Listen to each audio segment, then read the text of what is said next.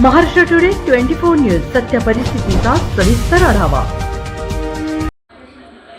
नीट paper फुटी प्रकरणात प्राध्यापक शिवराज मोटेगावकर अटकेत। विशेष सीबीआय न्यायालयाकडून 9 दिवस कोठडी। दिल्ली कोर्टात काय घडलं?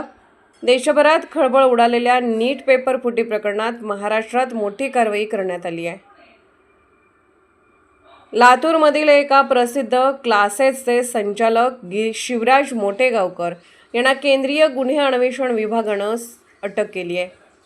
मोटेगावकर यांना आज 18 मे पुण्यातून केंद्रीय गुन्हे अन्वेषण विभागानं अटक केली। त्यानंतर त्यांना दिल्लीतील रोज ॲव्हेन्यू कोर्ट येथे हजर करण्यात आलं। या ठिकाणी सीबीआयने मोटेगावकर यांची 10 दिवसांची कोठडी मागितली होती।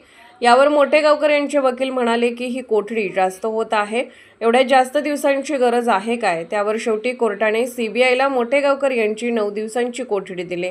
दरम्यान मोटेगावकर यांची सोमवारी 17 मे जवळपास 10 तास चौकशी करण्यात आली होती।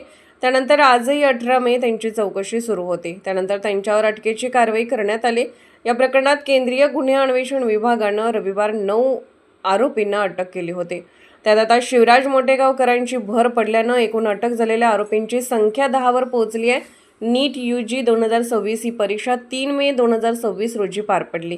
मात्र या परीक्षेतील पेपर लीक झाल्याचं उघडकीस आल्यानंतर 10 मे 2026 रोजी नॅशनल परीक्षा संस्थेनं NTA परीक्षा रद्द करण्याचा निर्णय घेतला। आता ही पुन्हा 21 जून 2026 रोजी नव्याने ही परीक्षा होणार आहे। दिल्लीतील कोर्टात काय घडलं?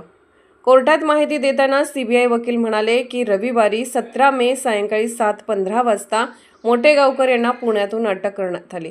तसंच याआधीही काही आरोपींना अटक करण्यात आली आहे। याआधी सीबीआयनं दिलेल्या माहितीनुसार शिवराज मोटेगावकर यांनी 2026चा नीट UGचा फुटलेला पेपर वितरित केला।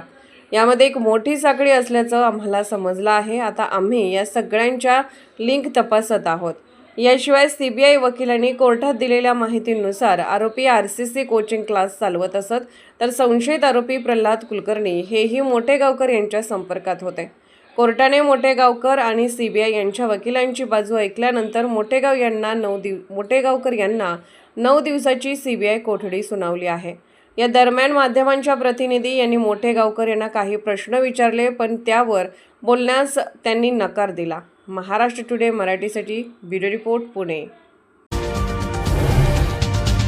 आजच महाराष्ट्र टुडे 24 न्यूजला सबस्क्राईब करा आणि सत्य परिस्थितीचा सविस्तर आढावा पहा।